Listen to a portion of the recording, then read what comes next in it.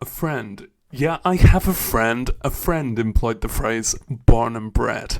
In this particular case, it was a bread pun, like bread, loaves. But every time I encounter that phrase, I'm like, what's the breeding doing? Like, you were bred before you were born. Either that or you've not bred until you're a parent. We don't have to breed. Breeding, as we mainly understand it, is reproduction. It's mainly an analogy to livestock, which is when one species supervises and manipulates the reproduction of another. Shakespeare used the phrase as bred and born, so the birth wasn't even always first. Bred also meant, like, raised in the past. You get born and raised, which can also be a bred pun, and both of these refer to growing up. This form of bred had some uses in prior centuries, but now it seems to have only really survived in this particular form within such phrases. Like, you don't say someone's breeding their children. Ew. The reproductive sense has eclipsed every use of the verb except these particular phrase-based instances of bred, the past participle. In these phrases it functions more as an adjective now, like you were bred, so now you're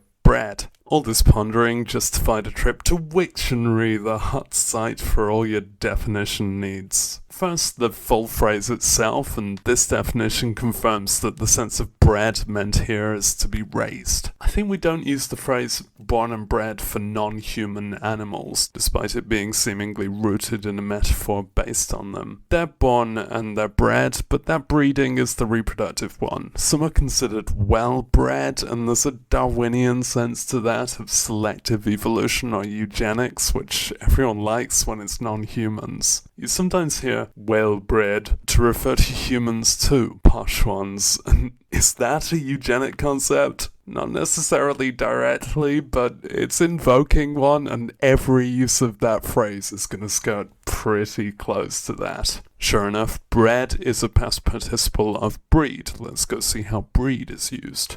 Yeah, so top definition, reproductive. They're mostly between conception and giving birth. Here's the old bringing up definition, but the only citation without the born and bred phrase is from 1700. Definition 10 is similar to 7, but the others involve creating rather than influencing something.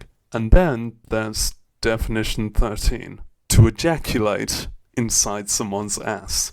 Not the livestock, the ass. We've got a generous array of quotes here that clarify the kind of ass they mean. God, I love your ass. I'm gonna breed this ass tonight. Yes, you want to fuck me, and I submit to you. My body is yours. Stuff me, fill me, breed my ass, seed me, my love. Of all these definitions, this one looks a bit less professional. It's the only one without a period, which is maybe why they went for the ass. So this is something from erotica, right? I'm gonna call it gay male erotica. Doesn't have to be, but I've looked at the editors of the edits, and yeah, it is. This entry has been in since January 2019 without any tampering, and I don't argue that the word isn't used that way. I believe, though, as the editor considered when they made this edit, that it's not just an ass-based thing.